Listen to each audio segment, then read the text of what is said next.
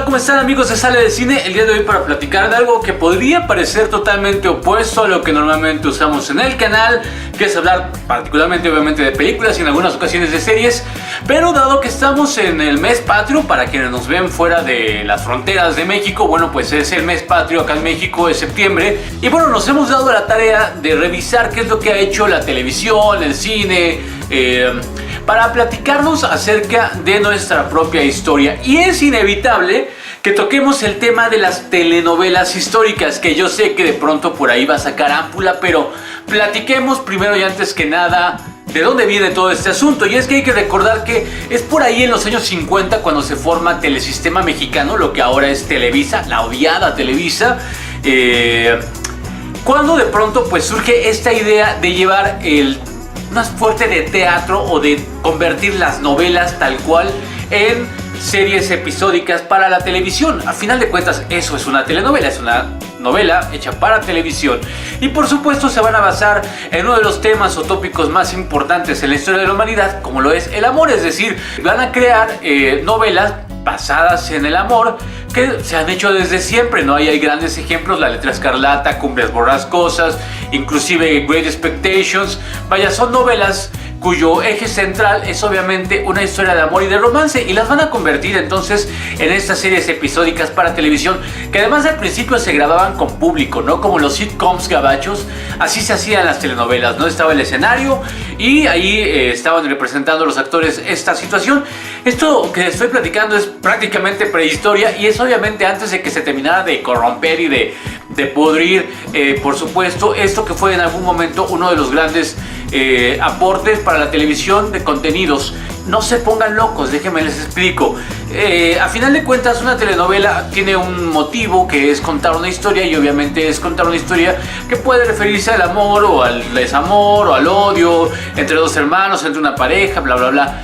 Eso no le da ni le tiene que restar ninguna calidad, y al inicio había muchísima gente de grandes vuelos involucrada en las telenovelas. Y entonces, por ahí del 65 se les ocurre que hay un par de personajes históricos que bien podrían formar parte de una telenovela. Y obviamente en esta primer telenovela histórica de Televisa no van a ceñirse directamente a la historia, porque ahora sabemos y hemos descubierto que la historia de Maximiliano y Carlota es mucho más complicada que una simple y sencilla historia de amor, que no es esta mujer que se volvió loca en Miramar recordando a su esposo, sino que había un montón ahí de cosas extrañas que son temas básicamente de la historia. Pero en ese entonces Televisa, apoyado en el trabajo de Miguel Sabido, un dramaturgo bastante importante, deciden llevar a la televisión la historia de Maximiliano y Carlota y obviamente adornarla. Entonces era la historia perfecta, ¿no? El rey y la reina, blancos, hermosos, llegaban a gobernar un país destruido y tal. Mientras tanto, el país estaba gobernado por un indio que se llamaba Juárez. Y bueno, muchas personas ahora consideran que esa es una versión adecuada de la historia. Yo la verdad difiero un poco de eso. Comprendo que una visión madura de la historia no puede convertir en todo un héroe a Juárez, porque no lo era, ni todo un villano a Maximiliano y a Carlota, porque no lo eran. Pero bueno, en esta telenovela así se presentaba, y esto bueno, fue un gran éxito en la televisión. Nos permitía asomarnos a toda la grandilocuencia de la nobleza en nuestro país, imagínense. Pero al presidente Díaz Ordaz le pareció que era poco graciosa la broma que estaba haciendo Televisa, así que le jaló las orejas y le dijo: óyeme, ¿te diste cuenta que el villano que tú tienes en esa telenovela es el héroe que nosotros hemos creado, el sistema ha creado, y que es el héroe que queremos compartir a la gente? Es decir, queremos decirle que ganaron los buenos. Y Televisa recula y dice: ok, tienes razón. Así que deciden hacer una versión de otra telenovela histórica llamada La Tormenta. Y La Tormenta nos va a contar la historia de un Juárez totalmente contrario al que parecía un villano en la otra, ¿no? Acá nos va a contar la historia de un Juárez que está luchando en la reforma, que está luchando por los derechos de los seres humanos, de los indígenas, de las personas, y entonces se convierte en una visión más oficialista de la historia. Pero además aquí hay un punto importante: es la primera vez que entonces Televisa dice, bueno, que no sean solamente personajes históricos, sino que transcurran personajes imaginarios que se van enreverando con la historia, lo cual pues obviamente le enriquece. Esta telenovela llevaba dos grandes estrellas del cine como era Ignacio López Tarso y Columba Domínguez en los primeros planos de la telenovela, y la verdad es que no le fue nada mal. Y a partir de eso, y entonces llega la Constitución. La Constitución va a ser una obra creada para rememorar otro episodio muy importante de nuestra historia, que es, por supuesto, 1917, la Revolución Mexicana, y por supuesto la manera en la que se percibía en ese entonces la grandilocuencia de haber creado o de reformar una carta magna tan importante como esta, y deciden ir a buscar ni más ni menos que a María Félix para que haga el papel principal. Acá vuelven a tomar una historia ficticia que se va enreverando con los personajes importantes que forman parte de la revolución, como lo es por supuesto Porfirio Díaz, Francisco Villa, Francisco I. Madero y por supuesto, ya que es la Constitución, Venustiano Carranza.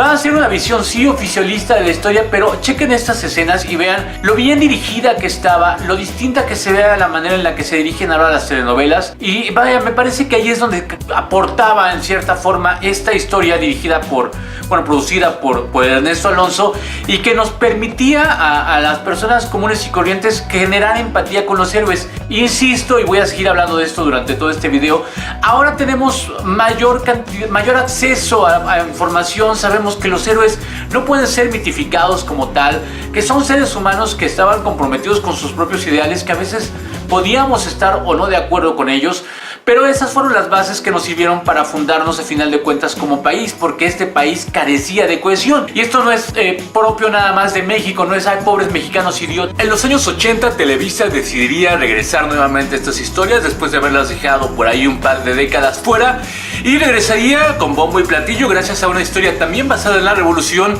llamada o conocida como Senda de Gloria. En Senda de Gloria vamos a ver la historia de una familia, la familia de un general. Otra vez una historia ficticia que se va cruzando con personajes tan importantes como por supuesto Porfirio Díaz, ya que empieza desde el porfiriato hasta llegar a... pues a la expulsión de calles del país, y por supuesto la llegada de lo que se considera ya el triunfo real de la revolución con Lázaro Cárdenas, después de una cruel guerra civil de más de 20 años que desangró y destruyó a nuestro territorio. Muy bien ejemplificada en una novela, la verdad es que muy bien hecha. La primera que yo recuerdo, la primera que realmente me tocó ver siendo apenas un niño muy pequeño, pero que realmente me impresionó y me acercó un poco a esa maravilla que es la historia.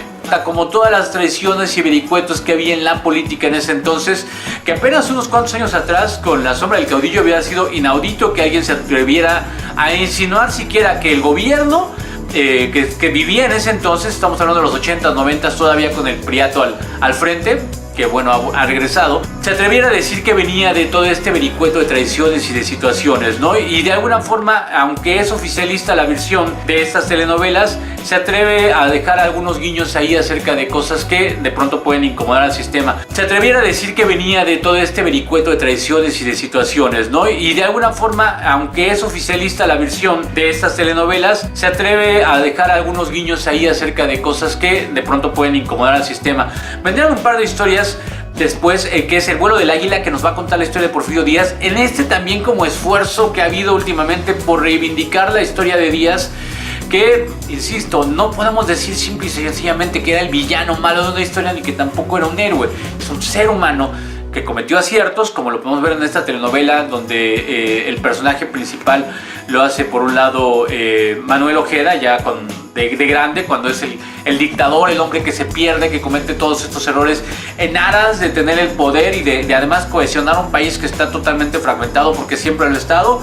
Y por el otro lado Humberto Zurita, que lo representa cuando era joven, cuando era un patriota, cuando era el liberal que luchaba al lado de Benito Juárez. Siempre en nuestra historia es esta situación entre conservadores y liberales, hasta la fecha es impresionante. Y bueno, la última que harían sería La Antorcha Encendida, por ahí del 95-96, donde vuelven a retomar esta historia de la independencia de México.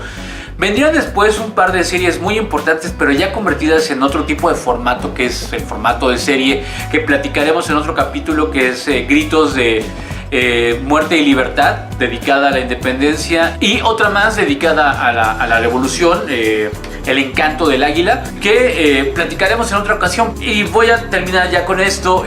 Todas estas telenovelas sí tenían una visión oficialista de la historia, pero permitían que un pueblo profundamente analfabeta en muchos sentidos, que no ha cambiado tanto, el hecho de que tengamos todo este montón de información llegándonos no nos ha hecho más inteligentes, nos ha hecho perros que se pelean en las redes sociales y que comentan y que mientan la madre y que se sienten impresionantemente doctos, algunos, y otros que dicen a mí no me interesa. Y bueno, es un ring, las redes sociales son un ring, pero permitía que la gente entendiera que había una historia detrás y que esa historia permitía que construyéramos esta noción de Estado que tenemos, de país, y que nos uniéramos entonces en torno a todos estos mitos. Sí, la mayor parte de ellos son mitos. Es un mito que hayamos fundado una ciudad en un lago porque había un águila parada en un nopal. Al menos es un mito porque es imposible de corroborar, pero nos permite tener esta bandera y esta noción de mexicanos. De alguna forma, dentro de todas las cosas que ha hecho mal y que las ha hecho muy mal Televisa, en esta época había una intención por parte de esta televisora de generar un cierto sentido de cultura. Tenían un canal cultural como era el Canal 9, tenían una fundación cultural que sacó una biblioteca, una enciclopedia con dibujos muy interesante, que es la historia del hombre, y tenían este tipo de telenovelas que, si bien podrían ser debatibles en cuanto a la verdad histórica, como todo, porque la historia es algo que se tiene que debatir, que se tiene que platicar para tratar de entender y de conocer, al menos intentaban compartirle un poco más a la gente que la historia de la Cenicienta, que es la que ahora una y otra vez vemos repetidas en las telenovelas, o peor aún, el convertir en héroes a los narcotraficantes, algo que hemos visto mucho últimamente y que me encantaría asomarme al futuro y pensar si no, la gente dentro de algunos años realmente va a creer que estos tipos eran grandes héroes. Habrá quien diga, Pancho Villa era un bandolero y ahora es un héroe. Sí, era un cuatrero, pero sí participó de una revolución que tenía una ideología, al menos en la primera parte con el señor Madero. Después es un caos, es una guerra civil. Pero la historia es eso, y qué padre que de pronto tuviéramos estas telenovelas que le llegaban a millones de personas, no había otra cosa que ver, y de pronto supieran quién era Porfirio Díaz, quién era Maximiliano. Aún en estas versiones un tanto sesgadas, permitía que se acercara a la gente. Por supuesto, toda la más medium que ustedes ven, todos los videos que ustedes ven en internet, todas estas cosas están por encimita, pero cada vez que un chavo se acerca a una de estas cosas por encima, a él le corresponde escarbar para encontrar más riqueza y verdades detrás de esto. Entonces, no culpemos a los medios porque nosotros mismos no nos asomemos a eso. A todos nos ha sucedido. En algún momento tú ves una serie, una película, conoces un personaje y dices, hey, este cuate es interesante. Y si voy y compro una biografía no autorizada de él, y si me pongo a escarbar y veo las dos versiones que me están contando de un Juárez o de un Miguel Hidalgo, para construirme un personaje real y entender qué es lo que ha pasado y qué es lo que ha construido este país y quiénes han sido los hombres o los líderes que lo han construido.